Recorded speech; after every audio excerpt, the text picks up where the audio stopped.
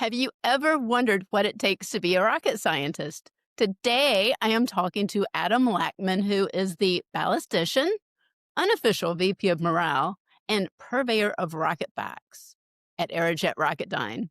In his words, he helps to design solid rocket motors and predict how they will perform. He trains new employees. He makes people smile and keeps work fun. And he publishes random facts about rockets on LinkedIn, which I suggest everybody start following Adam Laakmann on LinkedIn because his rocket facts are the funniest, best things you will read. It's a great way to start your day. And with that, here's Adam. So, Adam, what is the coolest skill that you never thought would matter, but absolutely does? So for me, in my day-to-day job, the thing that I never really thought I would do for a living is playing with shapes. So I have to go with geometry. As crazy as it sounds, that's a huge part of what we do in our job. In the ballistics world, is literally playing with shapes. Simple shapes too. Squares, triangles, circles. Never would have expected something so simple from my young school days would play such an important part of my professional life, but it does. Next one.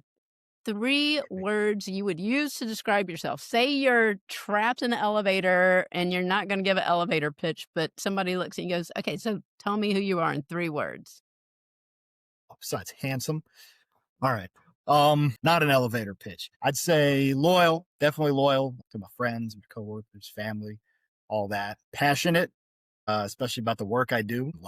Love working on rockets, especially the particular rockets that I do get to work on.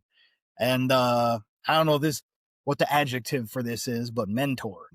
At this part of my career, I've learned a lot. Not everything there is to know by any stretch, but now I've got to the point where I get to teach a lot of the new people what I've learned from my mentors, the ones that taught me as I was coming up.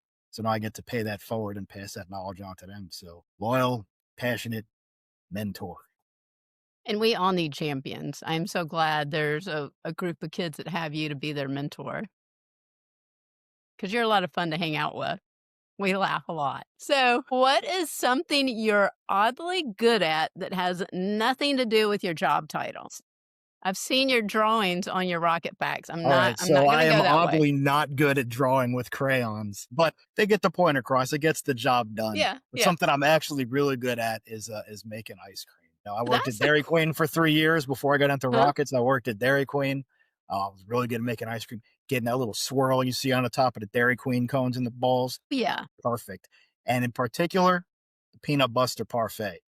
If you've ever got a peanut butter parfait at Dairy Queen and I didn't make it, you haven't had the best peanut butter parfait there is. Nothing to do with my job at all, but I still got it. I used to love the soft serve dipped in chocolate.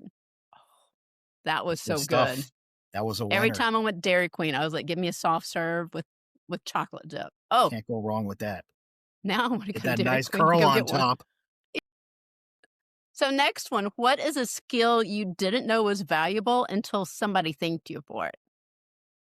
Thing that I really didn't think was going to be as valuable as it is just making people feel good, right? Part of why I'm a jokester, why I laugh a lot. I do a lot of letting people know that they're awesome at work. Turns out, making people feel good makes them happy. When they're happy, they're happier to work. They're happier to work with you, right? If you ever need anything, that certainly makes things a lot easier if somebody likes you because, you say nice things about them than if you're just mean all the time. So yeah, trying to keep people happy, make them laugh, keep their spirits up. That makes everything go smoother for everybody, for them, for me, for the company. So yeah, and I never thought that would be like an important skill to have. And I just kind of fell into it. Not something I practiced or trained for. It's just, kind of naturally worked out and I've rolled with it ever since. And that's why you have the unofficial title of VP of Morale. Oh yeah, yeah. try to make my coworkers smile every day if I can. Okay, so tying the story into this, Addie is always failing, trying again, pulling herself up by her bootstraps. And in book number 5, I had to double check myself. She and her teacher, her favorite mentor, are giving a big talk at a STEM conference, and he's been stressed out. He's the adult not practicing like she has because, you know, I tell those little teenagers all the time, practice, practice, practice. She's been practicing, he hasn't. And they do a role reversal where she actually helps him practice for the Mm. speech so that as a team, they don't bomb out at this big STEM conference where they're giving the keynote. So, you know, we're showing that even teenagers step up and help adults. Now, my question for you is, she learns by trying and failing and trying again. What is a failure that has quietly trained you for success? I can talk about here, huh? I've had plenty of failures professionally, not all of which I can talk about. So I'd say my biggest learning experience failure was probably my first year of college. Right, I was out of the house for the first time. I'm out in the world. I'm free, not living under mom's roof anymore. I let loose. Got a little crazy, spent a little too much time having fun, not enough time studying and doing work, too much time sleeping in and missing some early morning classes, and my grades are terrible. Cost me a scholarship my freshman year, which ended up making more student loans later. But after that, I kind of got my act together.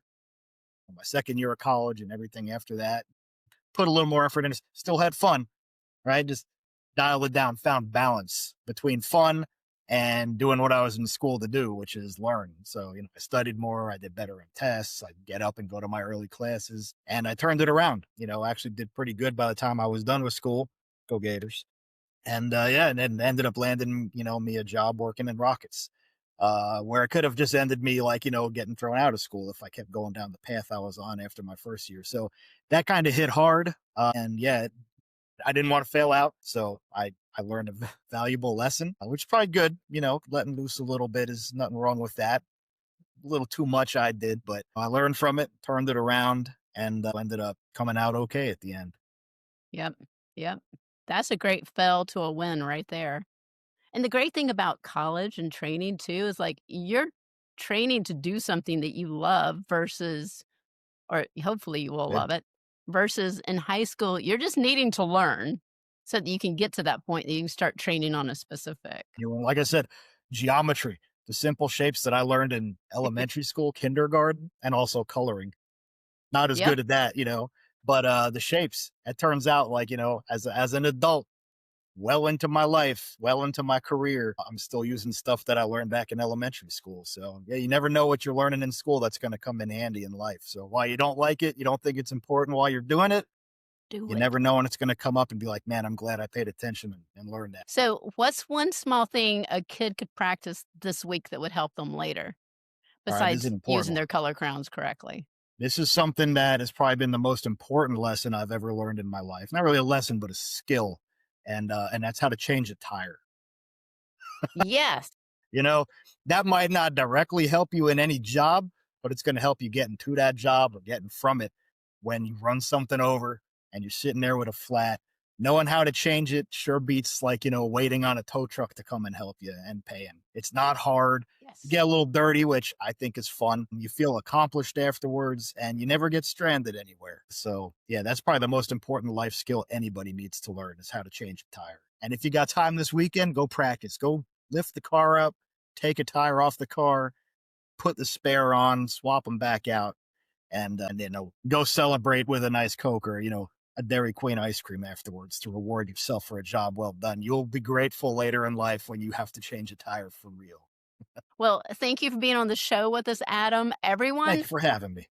everyone go out there and check out what he does on LinkedIn, teaching everyone about rocket facts with the funniest sense of humor. I mean, who knew rocket science was so much fun? And thank you for watching Books That Build Skills. If today's story sparked an idea, gave you courage, or it helped you see what's possible, then we did our job. Now remember, skills are not born, they are built.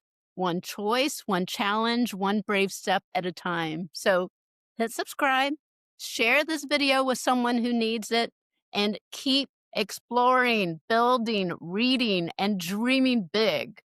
I'm Loxley Brown. This is Books That Build Skills, and you're just getting started.